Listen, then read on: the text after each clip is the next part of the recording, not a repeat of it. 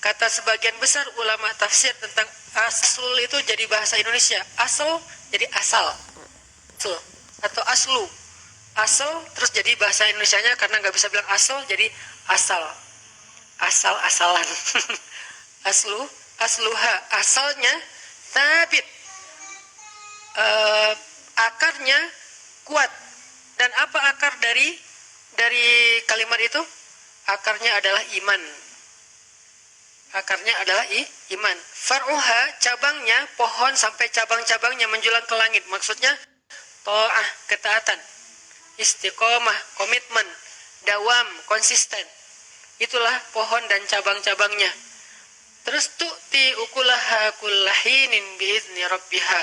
Buahnya, ukulaha, hasilnya itu adalah kebaikan hidup, ampunan dosa, rahmat, berkah, pertolongan, kejutan-kejutan, itu buahnya. Tetap aja asalnya adalah, bibitnya adalah iman. Makin kuat akarnya, makin besar pohonnya. Makin besar pohonnya, makin banyak dahannya. Makin banyak dahannya, makin banyak pula buahnya ketika panen. Jadi itu analogi yang sangat sederhana tapi dalam. Jawami'ul kalam. Bisa ditafsirkan dari berbagai macam dari berbagai macam angle.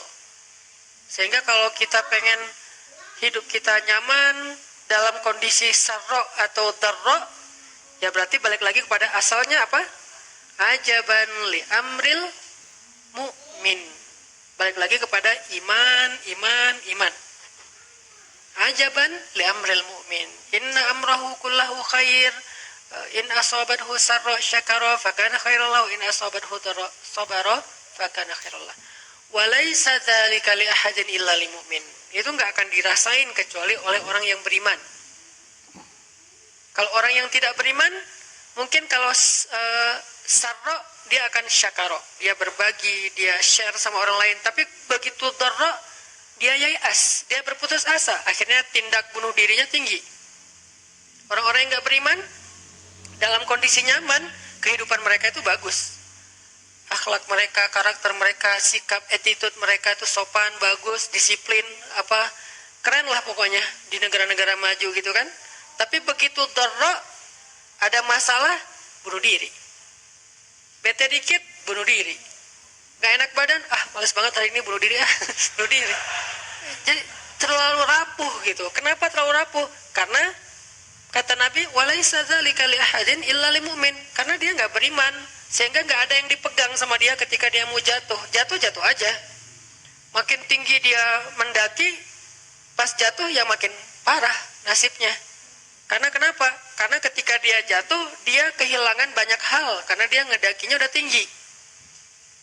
Misalnya karirnya bagus, tiba-tiba ada masalah, akhirnya dia stres banget, bunuh diri, loncat dari gedung, tabrakin diri ke MRT misalnya, dan segala macam lah kasus-kasus bunuh diri yang tinggi di negara-negara itu. Kenapa? Walaisa dzalika li ahadin illa li mu'min. Kalau kita juga kayak gitu, walaupun kita ngakunya orang mukmin, wa ma hum bimu'minin fi qulubihim marad, ada masalah di hati mereka. Masalah apa? Raib, keraguan. Masalah apa? Syak, gak yakin sama Allah Subhanahu wa ta'ala. Atau masalah apa? Adzannina billahi dhanna saw, berburuk sangka kepada Allah Subhanahu wa ta'ala. Nauzubillah min dzalik. Sehingga kita cas lagi iman. Dan dengan analogi-analogi yang tadi saya sebutin. Di antara analoginya misalnya, kalau kita datang ke sebuah smart city, kita merasa nyaman. Satu, gak khawatir kesasar. Kenapa kalau di smart planet kita gak merasa nyaman? Bukankah bumi ini smart planet dibandingkan dengan planet-planet yang lain? Kenapa? Karena Allah sudah membuat sistem di bumi ini udah paling smart, udah ketimbang dengan planet yang lain. Kalau misalnya kita diberikan kesempatan tinggal di planet yang lain, kita bakalan lebih effortnya tuh habis-habisan. Mungkin gak akan survive. Kenapa? Karena bukan smart planet. Bumi ini smart planet satu-satunya mungkin di jagat raya yang luar biasa besarnya ini. Dan Allah tempatkan kita di sebuah smart planet yang udah disediakan segala macam, sistemnya tuh udah keren banget. Semuanya jadi mudah buat kita, kan mudah banget kan? Berjalanlah kalian di muka bumi, carilah karunia Allah dan segala macam Allah mudahkan untuk kalian. Tidak ada satupun hewan melata yang jalan pakai perut kecuali Allahi rizquha, Allah yang menjamin rezekinya. Berarti kan sistem kehidupan di planet kita itu udah paling smart.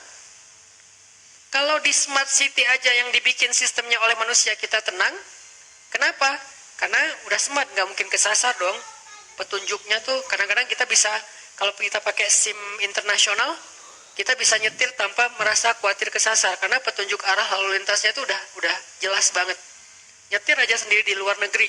Yang penting SIM-nya SIM internasional, misalnya di beberapa negara yang masih menggunakan SIM internasional. Jalan, kenapa? Kok nggak khawatir kesasar? Pertama, udah ada smartphone. Kedua, tinggalnya di smart city. Ketiga, orang yang ada di sana semuanya smart citizen.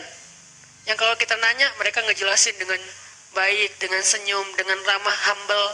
Smartphone, smart city, smart citizen. Smart car lagi kadang. Di situ udah ada. Gak usah pakai smartphone, kalau habis baterai udah ada di situ juga Google Map-nya.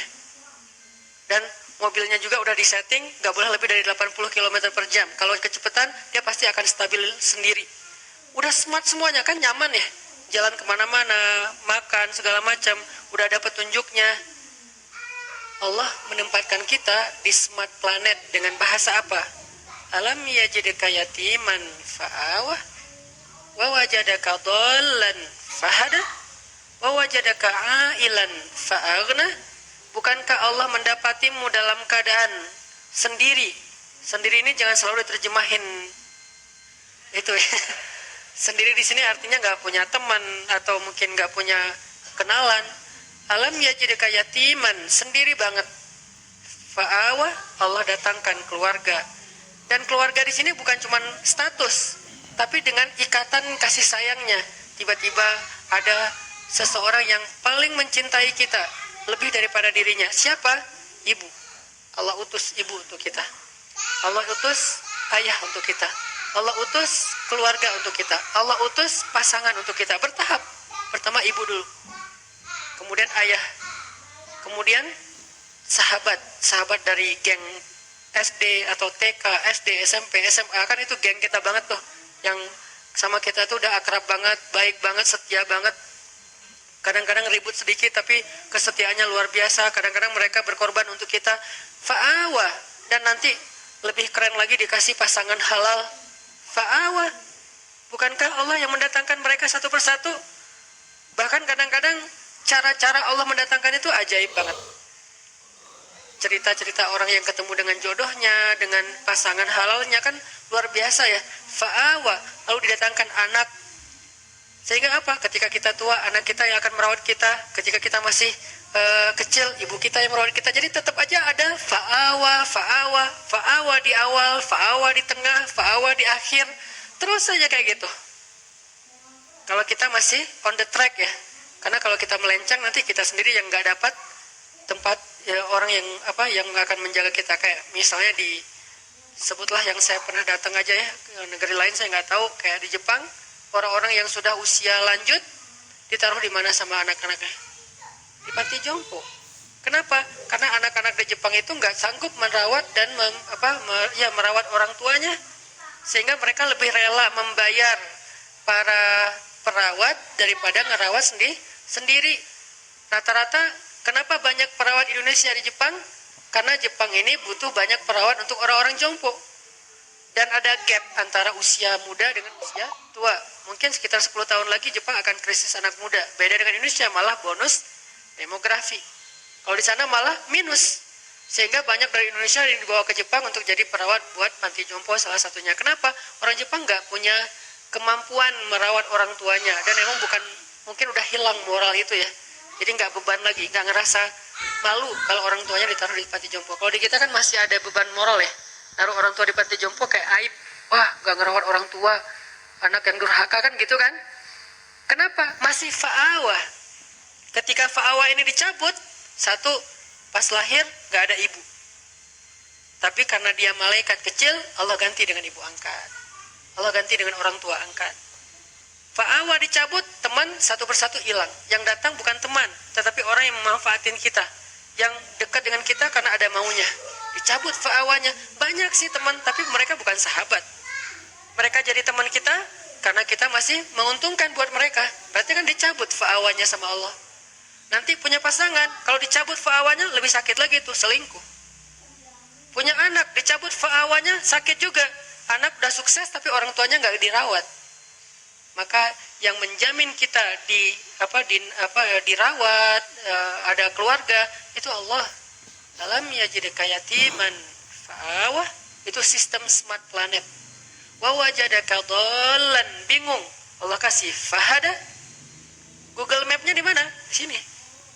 Ditambahin satu demi satu menu map dalam benak kita, sehingga kita nggak bingung lagi. Dalam melakukan ini nggak bingung, melakukan itu nggak bingung. Satu persatu diajarkan dari mulai baca tulis, mendengar, memahami, mengenal. Bukankah itu adalah bentuk Google Map yang lebih rumit di dalam benak kita?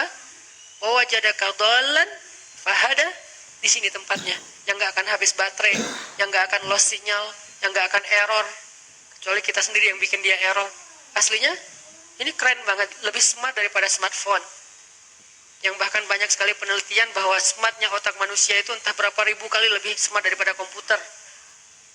Dikasih. Wa wajadaka ailan fa'aghna, bukankah kamu didapati dalam keadaan kekurangan, kelaparan, tidak punya apapun, lalu Allah aghna, mencukupkan? Lebih baik Allah cukupkan daripada Allah hilangkan rasa kecukupan. Karena ada orang yang meminta kelebihan harta. Padahal yang paling penting itu kecukupan harta. Karena kalau udah dicukupkan, bukan hanya hartanya yang cukup, tapi rasanya juga cukup.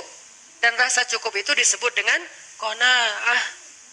Ada orang yang dikasih harta berlebih, tapi tidak dikasih kecukupan, tidak pernah merasa cukup. Merasa kurang aja tuh. Dikasih ini kurang, dikasih itu kurang, terus saja kurang. Kenapa? Karena tidak dikasih diangkat kecukupan dalam diri dia. Bukan diangkat hartanya tidak dikasih. Siapa tahu emang hartanya itu adalah bagian dari takdir. Takdirnya emang kaya, tapi dicabut rasa cukup. Sehingga walaupun kaya, dia merasa paling miskin di dunia. Makanya dalam Islam, yang dilarang itu bukan miskin, tapi merasa fakir. Dalam Islam itu kan gak ada celaan kan menjadi orang miskin. Sehingga kalau kita kadang-kadang nyebut orang miskin itu kurang beruntung, siapa bilang? Di akhirat nanti, dalam kondisi tertentu, orang miskin lebih beruntung dari orang kaya. Dalam kondisi tertentu. Di mana hisab mereka lebih ringan, masuk surganya 500 tahun lebih duluan. Tapi kalau orang kayanya jawad, karim, dermawan, mungkin surganya lebih luas daripada orang miskin. Ini kan amal ya. Famaya amal mithqala dzarratin khairan yara, dan seterusnya. Artinya dalam Islam, miskin itu enggak tercela, miskin itu enggak rugi. Yang rugi dan tercela itu fakir. Makanya kita keliru dalam menerjemahkan miskin lebih dekat kepada kekufuran. Enggak kayak gitu kalimat hadisnya. Kadal fakru ayyakuna kufra. Hampir-hampir, seringkali, kadang-kadang orang fakir ini dekat dengan kekufuran. Fakir ya, bukan miskin. Kalau miskin, Nabi berdoa minta jadi orang miskin. Ya Allah, jadikan saya hidup sebagai orang miskin, matikan sebagai orang miskin, bangkitkan bersama orang miskin. Nabi dekat dengan orang-orang miskin. Bahkan Nabi pernah duduk di antara geng orang miskin, terus mereka lagi makan kodit, roti kering, yang kalau mau dimakan harus dicelupin ke air. Nabi bilang, saya anak perempuan yang biasa makan kodit, berarti saya juga orang miskin sama kayak kalian, biasa aja kali, nggak usah terlalu sungkan gitu. Akhirnya mereka pada, oh ya udah, Nabi juga sama kayak kita. Yang dilarang itu fakir, karena doanya apa? Wa a'udzubika minal faqr. Aku berlindung kepadamu dari fakir. Apa fakir? Selalu ngerasa kurang. Dicabut fa'aghna, dicabut rasa cukup dalam hatinya. Dan bisa jadi orang fakir itu orang yang berlimpah harta. Bukan orang miskin, tapi orang kaya, tapi dia fakir. Fa'aghnanya dicabut. Sehingga dia selalu ngelihat orang yang lebih dari dia dalam urusan materi, dalam urusan dunia, dalam urusan harta. Sehingga akhirnya dia selalu merasa kayak kurang biasa aja. Mobilnya udah harga 500 juta, ngelihatnya yang 1,1 M. Dikasih 1 M, ngelihatnya yang harga 3 M. Dikasih 3 M, ngelihat yang punya pesawat pribadi yang harganya ratusan M. Udah punya pesawat, ngelihat yang punya kapal pesiar pribadi yang harganya sekian triliun. Nggak akan pernah selesai kalau kayak gitu. Dia jadi pengusaha. Pengusaha misalnya dia udah kayak punya beberapa produk gitu. Ngelihat orang lain yang usahanya lebih gede dari dia, yang bikin perumahan. Udah bikin perumahan, ngelihat orang lain yang bikin tol. Udah bikin tol, ngelihat orang lain bikin bandara. Udah bikin bandara, ngelihat orang lain punya pulau. Kapan selesainya? Ini dicabut aghna. rasa cukup. Sedangkan smart planet, sistem yang Allah bangun itu, wa wajadaka ailan fa'aghna. Allah lihat kamu, Allah dapati kamu dalam keadaan kekurangan, aghna, Allah cukupkan. Dan itu lebih keren loh kalau dicukupkan daripada dikayakan. Karena ada yang dikayakan hartanya tapi tidak diberikan kecukupan batin, tetap aja dia merasa kurang. Dan fa'aghna, ketika Allah cukupkan, analoginya Allah simpan harta kita di sisi Allah, nanti pas kita butuh Allah kasih. Kan saya sering ngasih analogi kayak kita nyimpan uang di bank kan. Kita kan tenang, nyimpan uang di bank 100 juta, 1 miliar, sekian miliar, tenang kan? Kenapa? Karena kita percaya uang kita di bank itu nggak hilang. Catatannya tuh rapi, dan kita dikasih misalnya rekening koran kalau kita minta, atau kita bisa cek secara online, dan kapanpun kita butuh kita bisa ambil.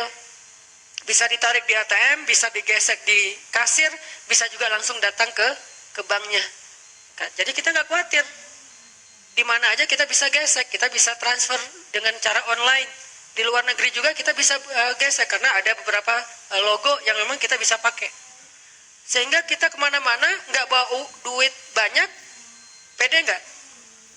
Kita punya tabungan 1M di bank. Pakai kartunya, kartu yang standar internasional. Bahkan kalau perlu yang modelnya tuh gold atau platinum yang bisa ditarik angkanya gede-gedean. Terus kita ke luar negeri nih, ke Singapura aja yang dekat. Kita cuma bawa uang ya sebutlah 2 juta, 3 juta yang sebetulnya untuk belanja mungkin kurang. Kalau ada butuh apa-apa, bayar hotel apa segala macam kurang. Tapi kita bawa kartu, tenang nggak teman-teman? Tapi kan kita nggak punya uang cash, tapi kan ada kartu. Gitulah kita dengan Allah. Jangan lihat apa yang kita pegang, lihat apa yang tersimpan di sisi Allah. Masalahnya percaya nggak sih sama Allah? Ini nggak fair nih. Ke bank kita percaya, ke Allah nggak. Kan yang disimpan di sisi Allah sama jaminannya dengan bank, bahkan lebih dahsyat, lebih kuat jaminannya. Allah nggak pernah ingkar janji, Allah nggak mempersulit kita, dimudahin kok. Buktinya apa? Yuridullahu bikumul yusra wala yuridu bikumul usra. Allah pengen memudahkan kalian, nggak pengen nyusahin kalian. Kan capek kalau kalian harus nyimpen duit kalian sendiri, nyimpen harta, terus nanti ribut di antara ahli waris, ribut susah di antara kalian sendiri, nanti kecolongan, kemalingan, ke segala macam. Biar aku aja yang nyimpen, kata Allah. Masalahnya kita kalau disimpan Allah kayak suka ragu gitu, akhirnya kita khawatir, gimana ya nanti kalau sakit nggak ada uang? Ada di Allah. Gimana ya nanti kalau ada masalah nggak ada tabungan sama sekali? Ada di Allah. Iya kan, tapi kan tetap harus ada cashnya. Nah ini nih poinnya nih, nggak fair. Kalau kita ada uang di bank dengan kartu doang, kita nggak ngomong kayak gitu. Gimana ya keluar negeri nggak bawa uang sama sekali, kan ada kartu. Oh ya udah, ya aman lah kalau kayak gitu, tinggal digesek.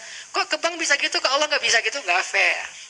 Kalau nggak fair, itu bukti bahwa iman kita tuh sebetulnya tuh nggak kuat. Kalau kayak gitu ya gimana kita mau dapat surprise dan miracle dari Allah? Jadi nggak apa-apa kita nggak pegang banyak.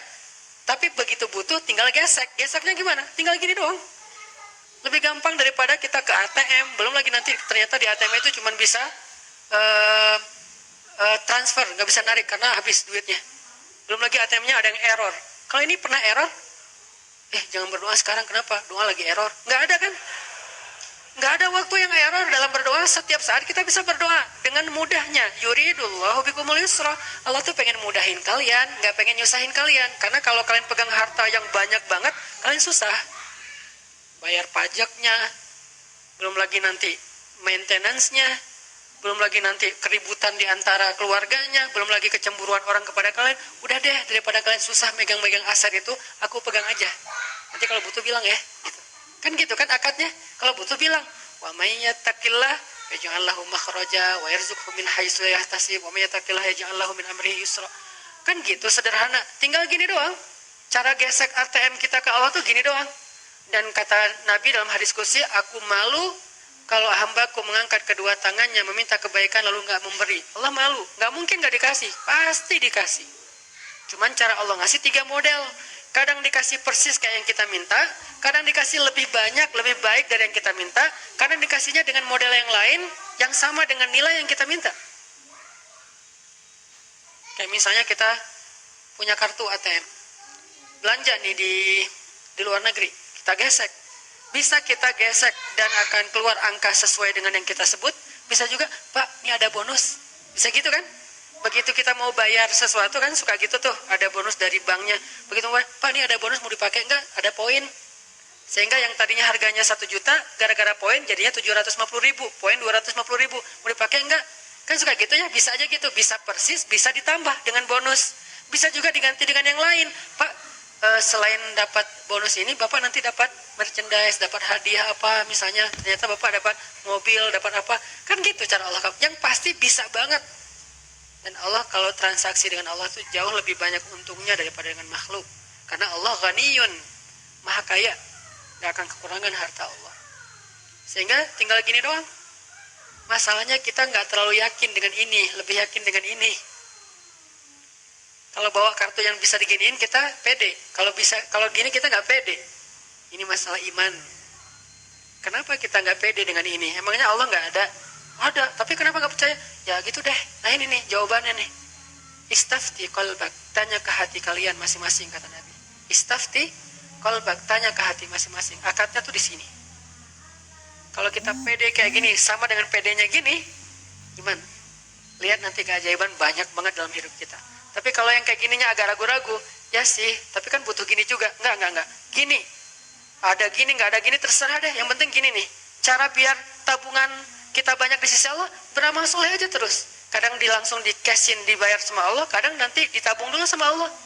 Saya udah beramal Ustaz, tapi nggak ada buktinya. Lagi ditabung sama Allah, kamu nggak butuh sekarang soalnya. Nanti pas butuh, tinggal gini, Allah kasih.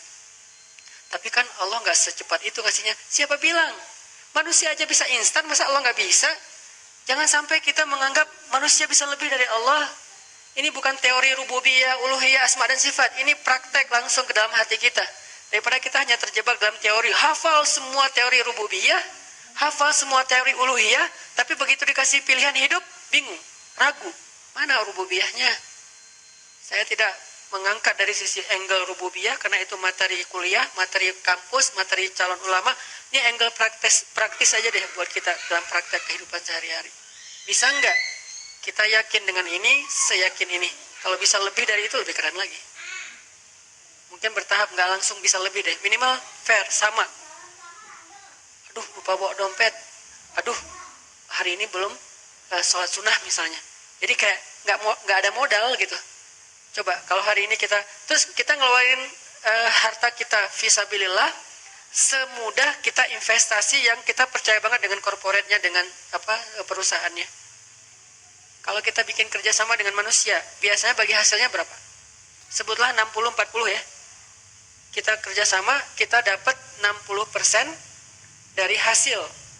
Atau yang modalnya konvensional, kita dapat paling tinggi, jarang lah gitu, 5% dari modal. Itu tuh jarang banget. Rata-rata ya 1, sekian persen atau 2%, bahkan kurang dari 1%. Deposito lah misalnya. Kita naruh uang kita 1 M, tiap bulan misalnya nanti kita dikasih tuh 3 juta. Berarti berapa persen? 0, kan? Karena 1%-nya 10 juta ya. Berarti 0, sekian. Nggak sampai 1%. Kita percaya, naruh duit kita di deposito, kemudian tiap bulan kita tunggu aja. Oh, nambah 1,3 juta. Bulan kedua 6 juta, bulan ketiga 9 juta, bulan ke-6 udah bisa beli motor. Gitu kan kita mikirnya. Kenapa kalau ke Allah kita ragu? Udah kasih aja ke Allah. Allah balikinnya tuh bukan 0, persen. 700 kali lipat.